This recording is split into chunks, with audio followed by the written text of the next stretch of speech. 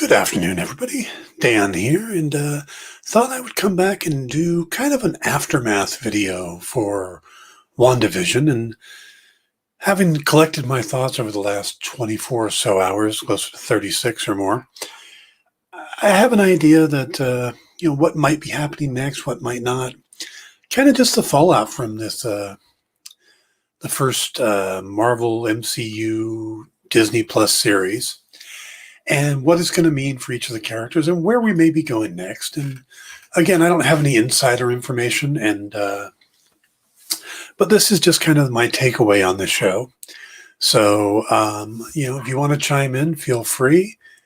Otherwise, I'm just going to go through my thoughts. I wrote them out, so it's going to be a little more scripted, but, going through by each character.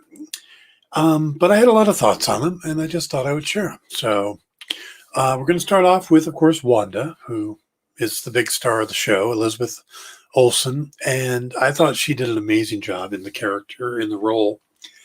And, Wanda has been through the emotional ringer since her debut in the MCU.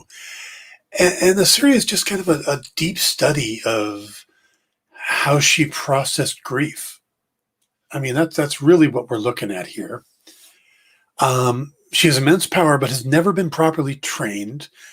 And then tragedy after tragedy forced her into creating a false reality to escape from the pain. So that's pretty much what the show is about and what the character has been since her inception. But now she sees the pain she's caused and is better accepting of the losses that she has had. And, maybe she sees a path to learning about her abilities and controlling it.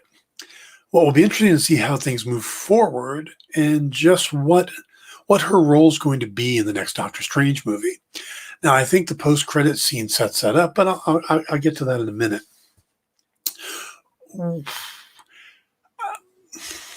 We may have seen. I don't think they're going to turn her into the DC or the MCU version of Dark Phoenix. I think we may have seen the worst of what she's going to do, but it really comes down to how her role in Doctor Strange is going to be playing out. But if you listen to Agatha, this girl's a ticking time bomb, that she's more powerful than the Sorcerer Supreme, and that she's supposed to bring about the end of the world. So where I think that there's a path for her back to being a good guy, there's also a path for her being really bad or doing some real damage. And again, I think that's going to be the focus of the Doctor Strange movie.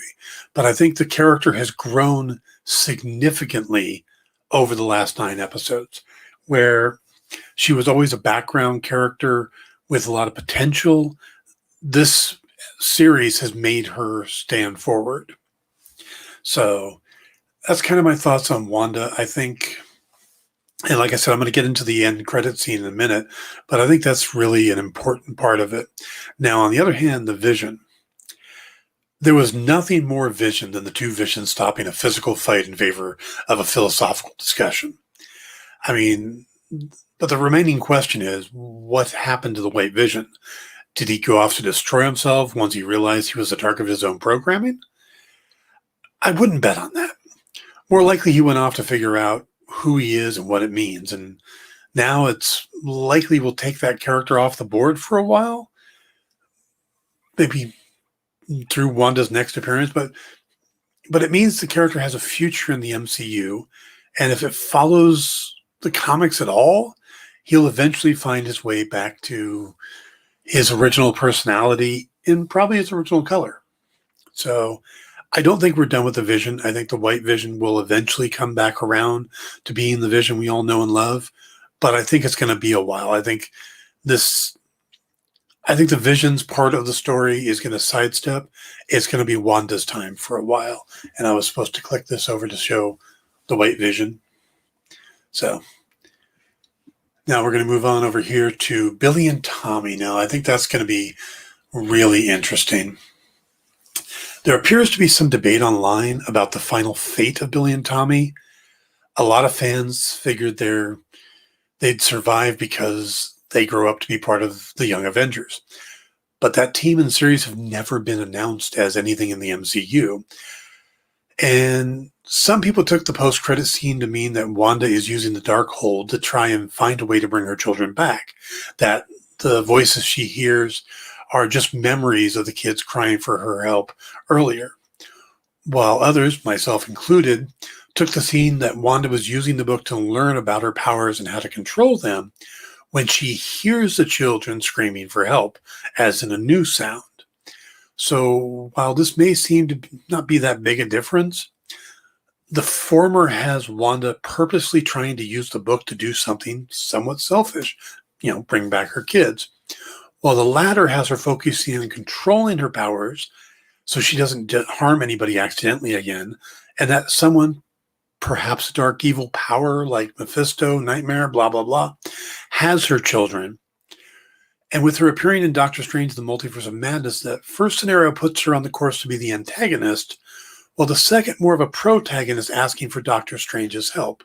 So really, I think that closing scene, depending on which way it's supposed to be taken, will guide us to how Wanda's going to be, at least in the next movie, or into the Doctor Strange movie.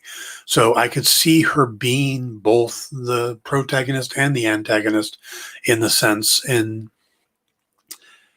I'm not sure which way they're going. I'm a little hesitant for them to make her the bad guy because of what it would mean to have somebody who's dealing with so much mental trauma to be a bad guy. But on the other hand, the things about the Darkhold saying that she's this ticking time bomb kind of makes it seem like they're going to go that direction. So, but I think we're going to see the kids again. I think the kids are going to be a major factor in the Doctor Strange movie. Monica. Now, Monica's role kind of got downplayed as we got nearer the end, but I think she's more of a setup. And while this was the story of Wanda dealing with her grief, it was also the story of Monica dealing with the loss of her mother. Monica's been back for just 3 weeks, and she's already back at work. It feels like her entire life was based around her work at Sword and working with her mother. And when she gets back from the snap, all of that is gone. So, I mean, there's no mention of her having a family of her own, kids, a husband, nothing, or a wife, she doesn't seem to have anything in her life but that. And I think helping Wanda and the people of Westview may have given her some of that closure she needed for the fact that she wasn't there when her mom passed, that she lost out in those last 2 years with her mom. So I think Westview was important to her. And now that she's got her powers and seemingly the attention of Nick Fury, we'll see her pop up a lot more in the Captain Marvel movie and possibly Miss Marvel, because I know Miss Marvel is supposed to be in the Captain Marvel movie, so maybe she's going to pop around a bit. But Teyonah Parris played her really well. It's a great character, and I definitely think we want to see more of her.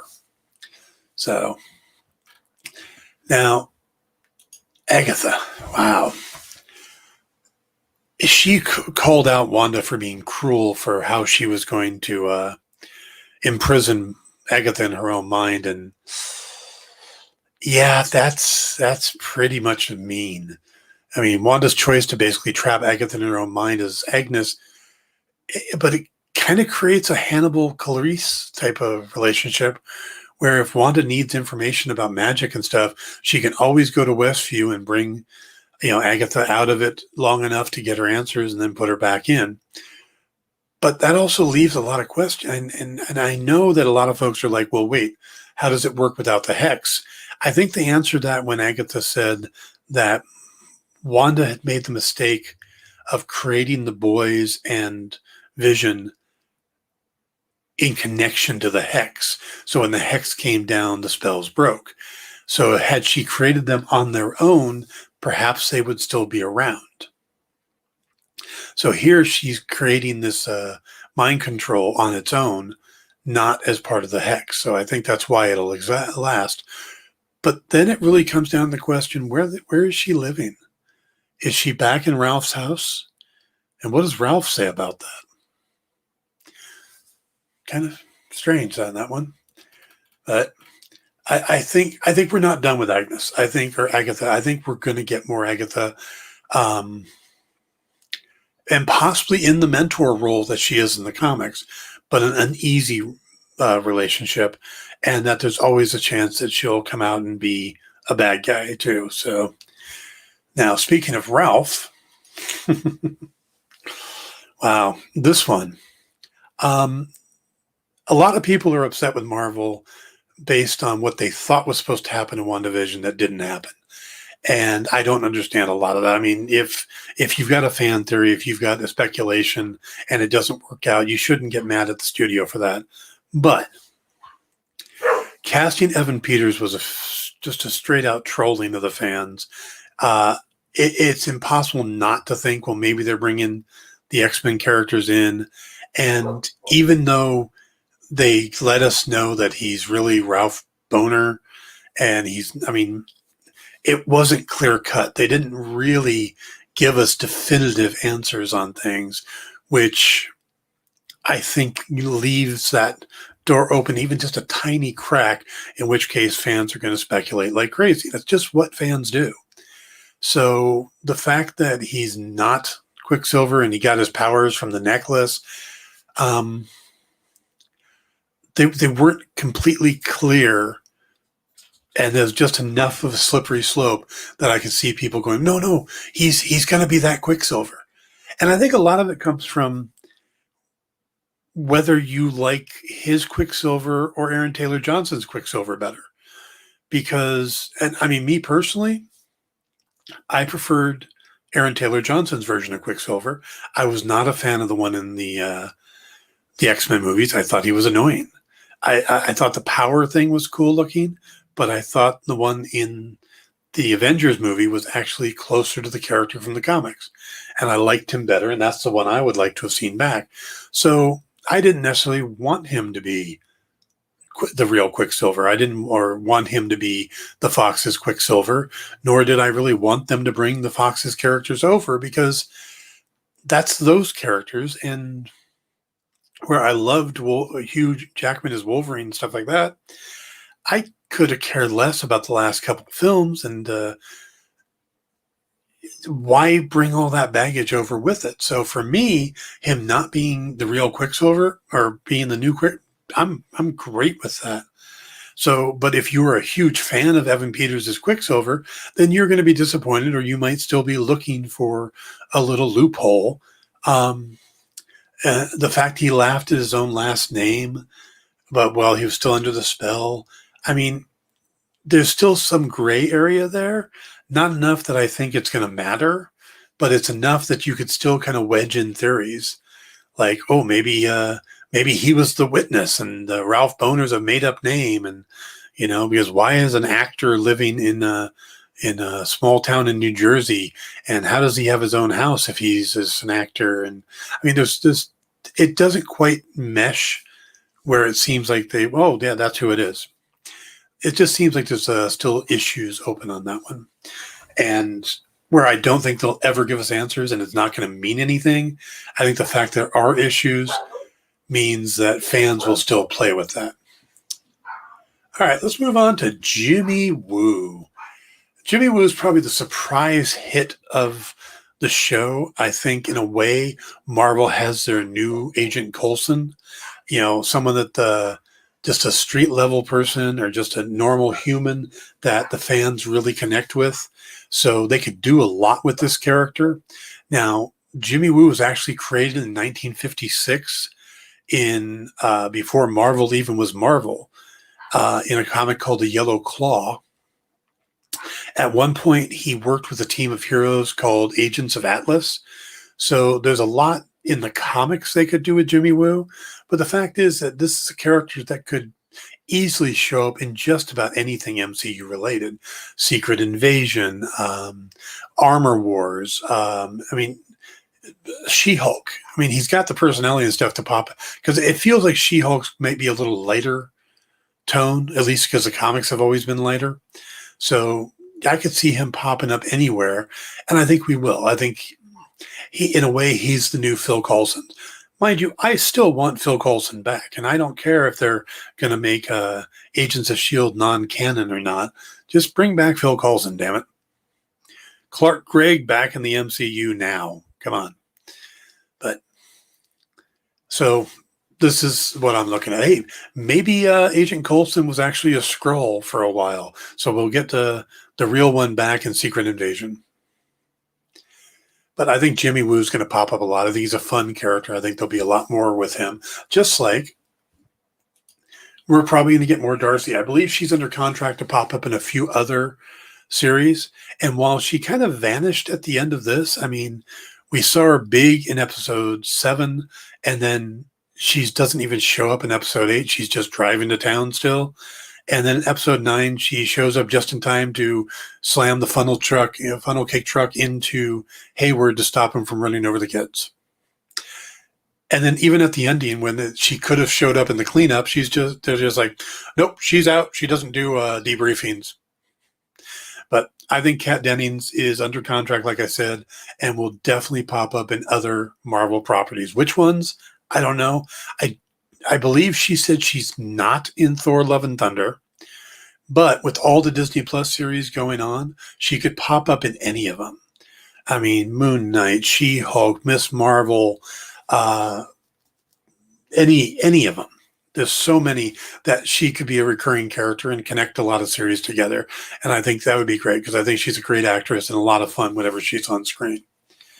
Now, someone we don't like, poor director Hayward. And I only say poor director Hayward because I'm sure the actor is a nice guy, but he gets cast as this jerk.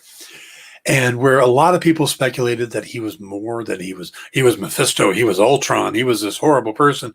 No, he was just a bureaucrat trying and probably scared for the fact that the planet kept getting invaded and New York got invaded. And then Thanos showed up and it's like all this stuff going on. And all he wanted to do was protect the world.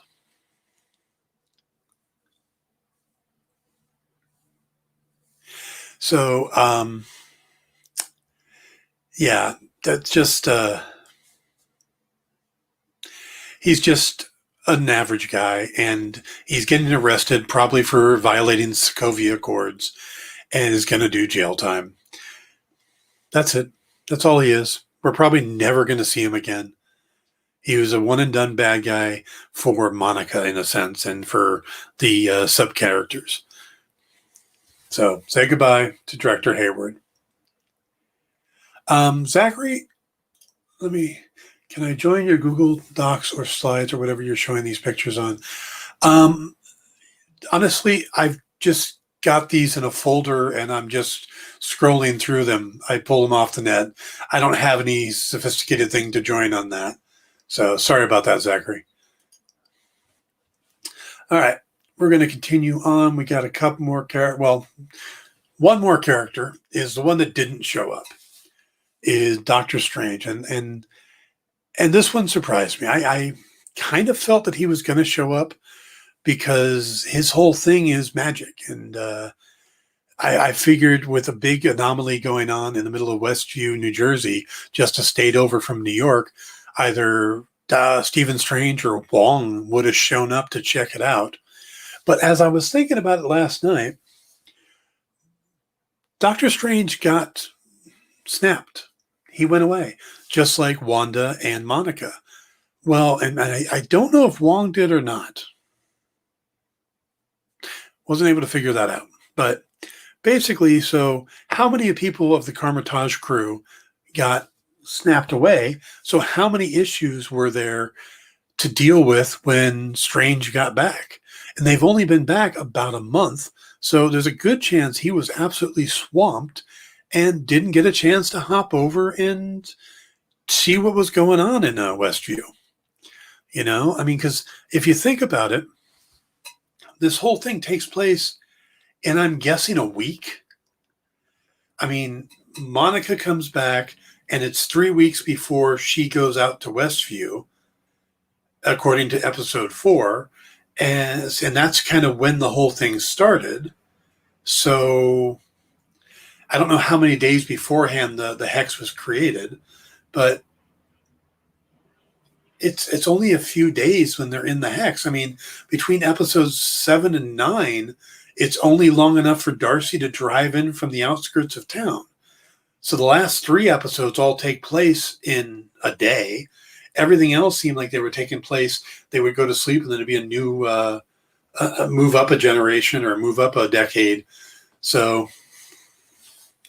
yeah, that is true. That the Doctor Strange. Thank you, Zachary. The Doctor Strange theme song was playing during the post-credit scene. So that was definitely telling us, hey, this is important, is going to be involved with Doctor Strange. So you absolutely want to pay attention here. This is going to be important to Doctor Strange. And yeah, they did play his theme song. And again, it comes down to how you took that final scene. If you looked at it as Wanda was looking in the book to find a way to bring her kids back, then there's a good chance she may end up being the antagonist, that she's using the Darkhold for selfish purposes, and Doctor Strange may show up and go, nay, don't do that. But on the other hand, if she was using the Darkhold to try to learn how to control her powers, and the voices she heard weren't memories, were actually the kids crying out from some dimension where they're being held, then there's a good chance she's going to end up going to Doctor Strange for help, in which case that puts her on the side of the protagonist. So I'm completely fascinated to see how that's going to work out. Now, the other thing that came to mind for me is the idea of a second season. There is no second season of WandaVision in the works. But if you would have asked me before the finale, would there be a second season? I'd say no. I would have told you absolutely not, that this is a finite story that they're trying to tell, and it'll move forward into Doctor Strange. And I mean, what is left to tell at this point? It's such a unique way of telling a story, using the sitcom motifs, stuff like that. But how could you possibly carry this forward? What story do you have left to tell? And then the White Vision. The White Vision gets his memories back. He shifts his eyes to the normal eyes that the Vision has, and he flies off. And now Wanda's going to go off and deal with the kids and Doctor Strange and stuff like that. But then there's a good chance that there'll be the unresolved thing about the White Vision after that, in which case a second season would make sense. And with the way the show was success, I mean, I don't know how you would tell it. You couldn't use the same tropes. But if Wanda is then forced to reteam with the White Vision to take on somebody, and in doing so ends up reconnecting, or Wanda goes out of her way to reconnect with the White Vision to try to bring him back to being the Vision she loves, those are possible stories that could be delved into in a second season, you know? So it wouldn't be the same thing. It wouldn't be a trip through sitcom history. Hell, maybe they could have fun and do it as a mystery, and she's using mysteries and, you know, going through the different generations of mysteries. You know, that could be fun too. But so I could see a second season now. And with the numbers that this show is getting, I think it's a good possibility. Again, nothing has been announced. If anything, they have clearly said there is no second season in the works yet. So don't be surprised if there does turn out to be one, and that's the focus on Wanda and the Vision reconnecting, because that does take place in the story, or in the comics, of how he ends up being back from being the White Vision to, or Spectral Vision, I think they call him in the comics, to the Vision we've come to know and love. So that's what I think of the aftermath of the series. I think those are what's going to happen to the characters.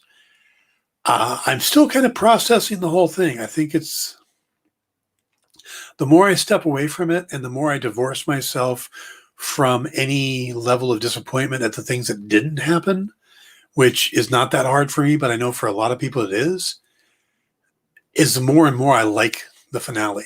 And I'm probably going to sit down in the next week and just watch it from beginning to end, just straight.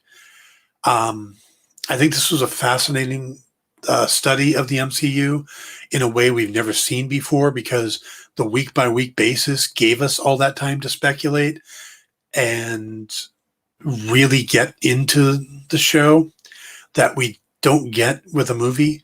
Because I'm sure while watching a movie, we see a character and think, oh, that might be.